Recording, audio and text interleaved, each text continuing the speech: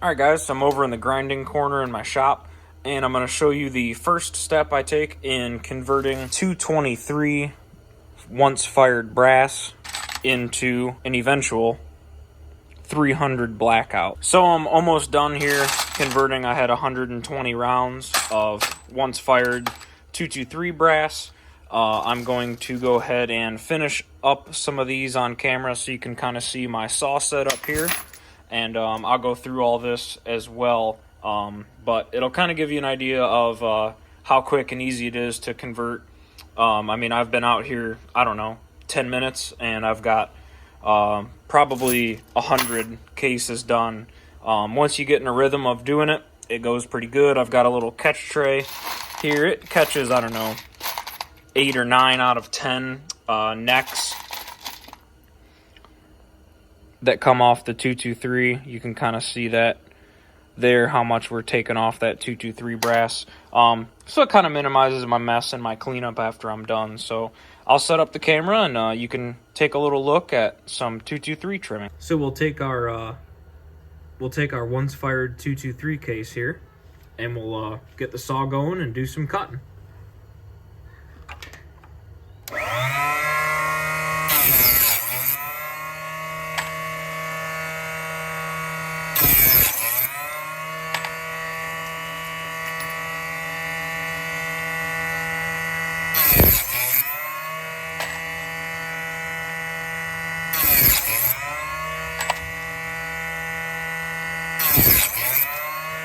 So I think you guys kind of get the drift of it, what we got going on here, and I'll cut up a couple more of these.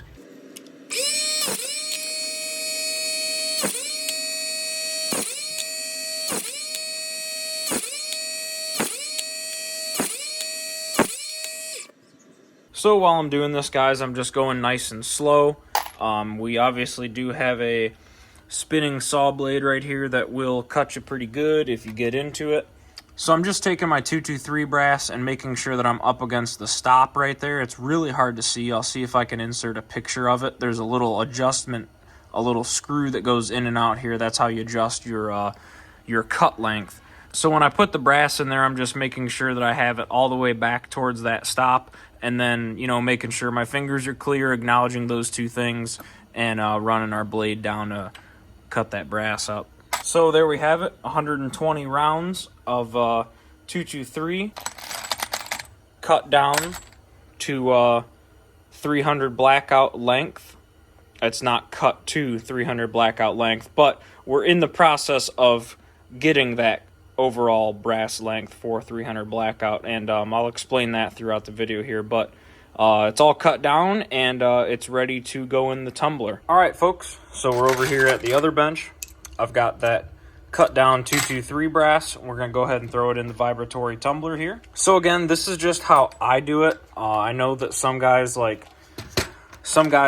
will form first and deprime in that step. Some guys will form and then deprime later. Some guys will polish brass first, then deprime, then form. Some guys form, then deprime, then polish. It doesn't really matter, I don't think, in these so many of these steps here. I just like to cut them down to length like so, and then you've got a small burr here, and again, that'll be cleaned up with the chamfer and deburring tool later on, but the case tumbler here will knock some of that off in process. I think it's easier to get all the media out with the bigger hole in there and whatnot, so I prefer to cut them to length and then go right to my tumbler. So we're going to toss in these 223 rounds here. And in the past, I have always used a case polish specific for tumbling, for reloading, but lately here I've been using Flitz metal polish. I found it actually gives me a little bit better result. It's a little more expensive, but I prefer it. I think your brass comes out a little cleaner using the Flitz. So my bottle's just about empty here, so I'm going to go ahead and use the rest up on this batch. So with our polish in there, we're going to go ahead and get the tumbler closed up right quick before that gets nasty on us, and cut her on.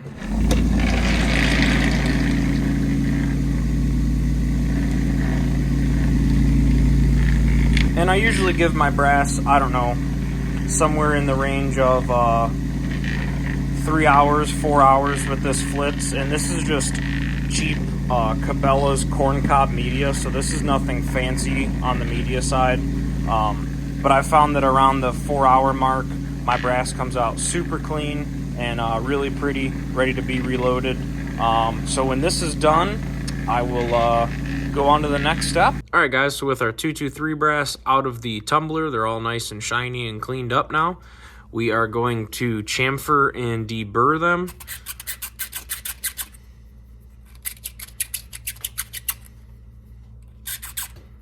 Just like that. Double check with our fingers, make sure there's no hot spots on those. So we'll go through every case. We've got a whole bin of them there.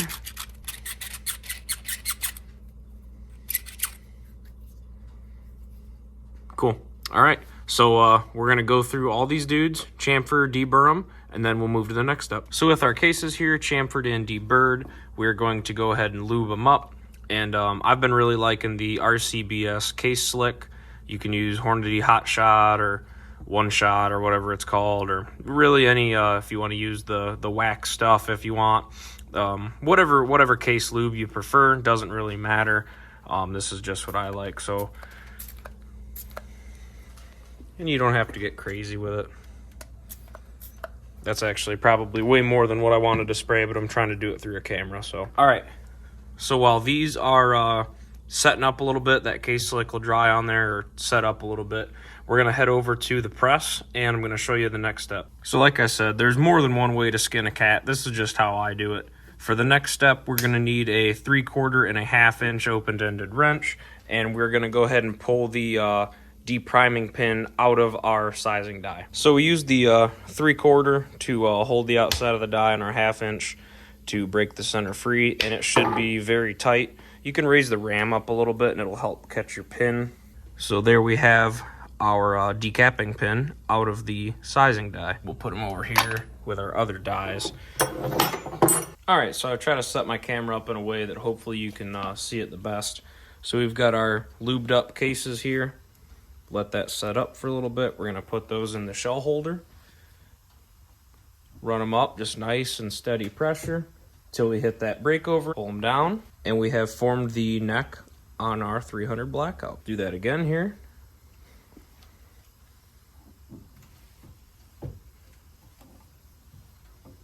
And you want to feel that, yeah, see, those are coming out nice. You want to feel that cam over.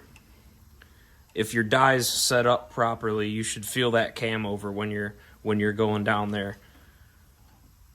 So like that's just pressure, pressure, pressure. And now watch, you can kind of watch the mechanism there. That cam over right there. That's how I was taught to set them up anyway. So, and we'll do one more just to show you, because it is, to me anyhow, it's pretty satisfying to watch.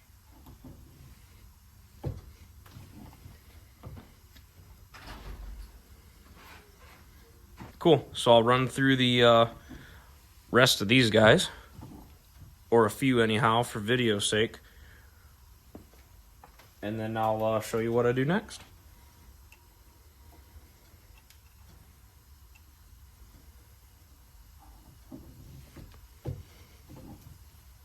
So next what we're going to do is we're going to go ahead and reinstall our decapping pin.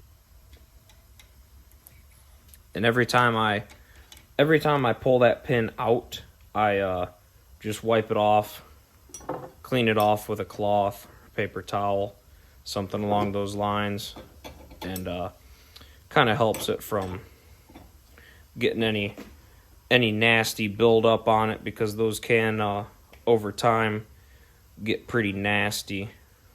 A lot of carbon and unburnt powder and gunk like that can build up on them. So I'm just using again our 1/2 inch and our 3/4 bend wrench here, and you want to crank this down pretty hard,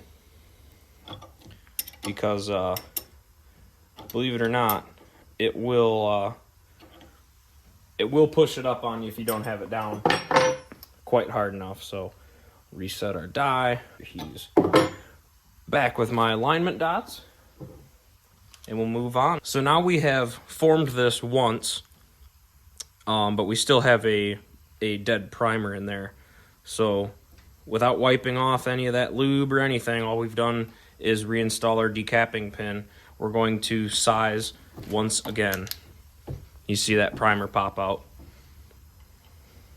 Nice.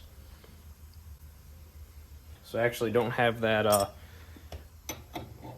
that decapper quite tight enough. So I'm gonna give that another quarter turn. I could see that walking out a little bit on that last case I did.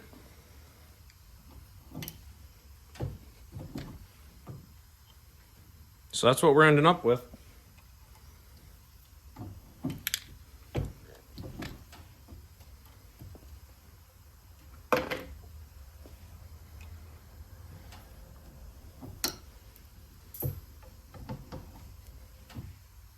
All right, on to the next step. All right, now what I like to do after I complete my depriming step is to go ahead and just wipe the brass off any excess lube that is still on those guys.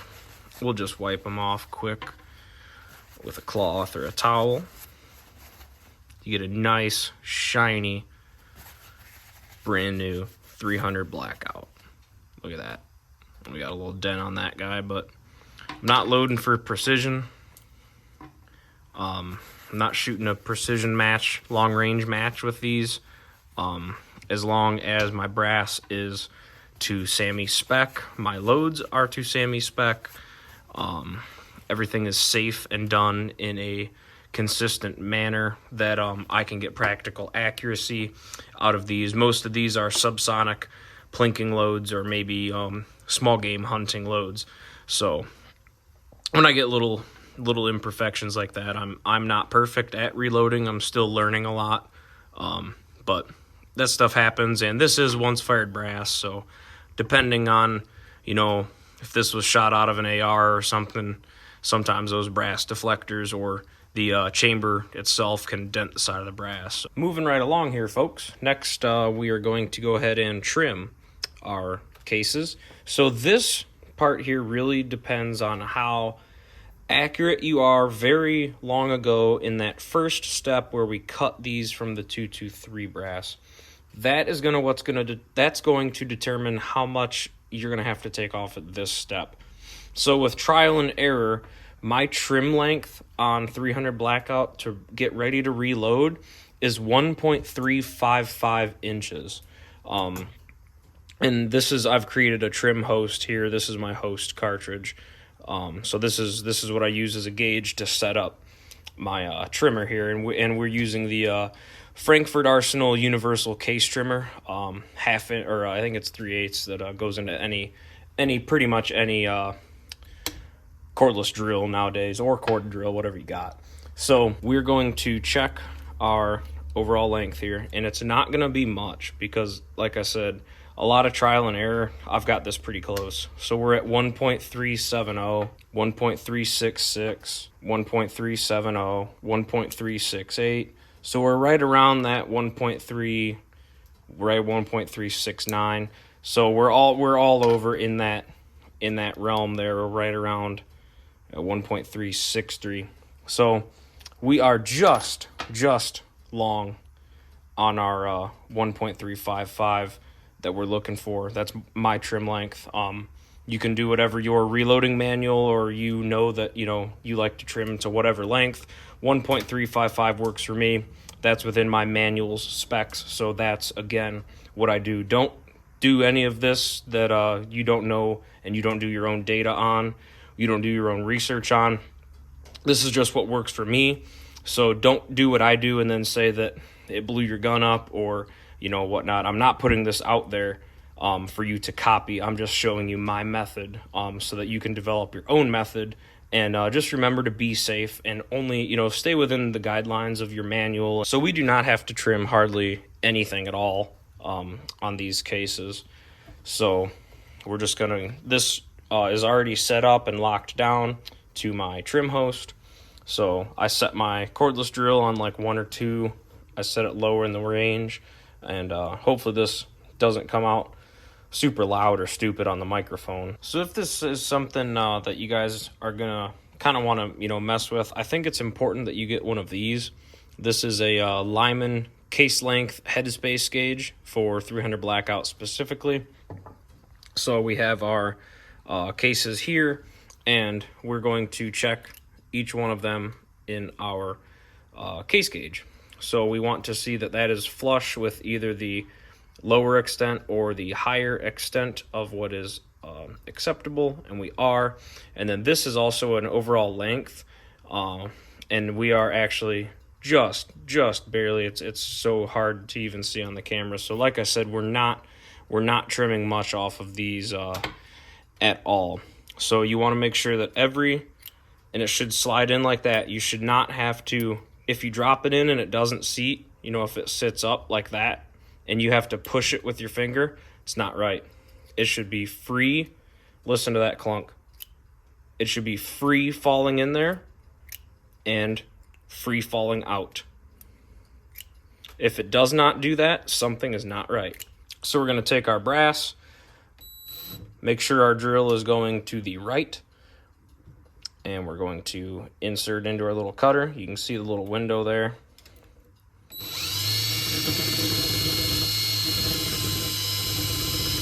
Take a little off, measure 590, a little bit more.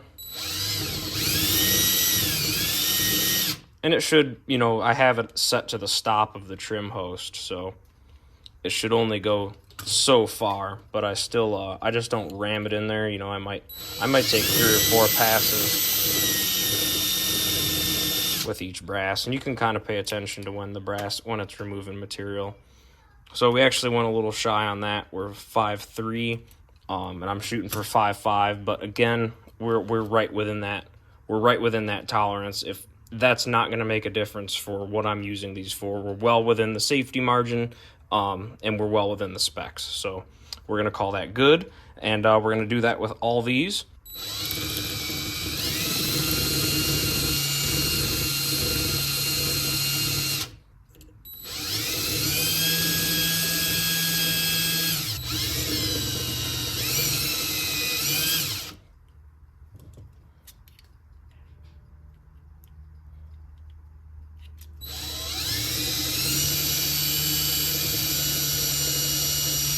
So after you get done trimming all your brass up, we're going to go back to our deburr and chamfer tool.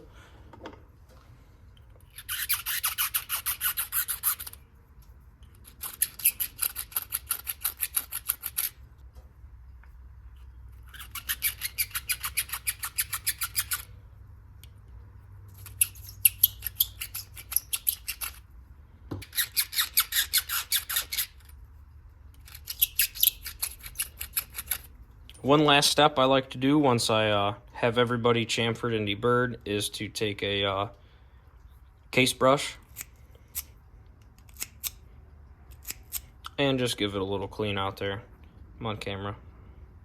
Any extra brass shavings or, things like that, or carbon that we knocked loose throughout the process, just get that out of there.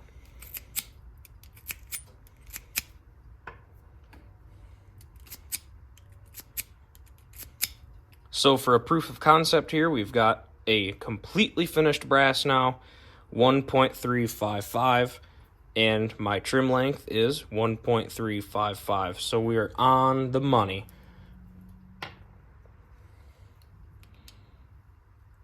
.355. Look at that. All right, guys. So I hope you enjoyed the video here, and that is what it takes to convert 223 brass into ready to reload 300 Blackout. These guys are ready to be primed, and I think I'm going to load them up with some 200 grain subbies. Thanks for watching, guys. If you've got any comments, questions, concerns, leave them down there, and I'll do my best to get back to you. This is something that I've just learned to do fairly recently. I've only been working on this project of conversion for, 2 or 3 months. Just after, a little before Christmas. But it's something that I've really enjoyed doing, and I think that it's pretty cool that you can form 300 Blackout brass that cheap. So it takes a little time, But if you're into 300 Blackout like I am, it's worth doing. So check out some other videos on it, watch some other guys' techniques and some other guys' orders. Like I said, there's probably no right or wrong order. Maybe to some degree there is, but I shouldn't say that. But, everybody does it a little different. That's just how I do it. So, but again, thank you guys.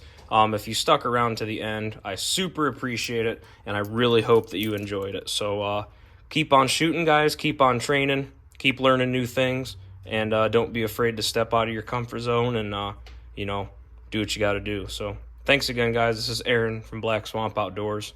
We'll see you later.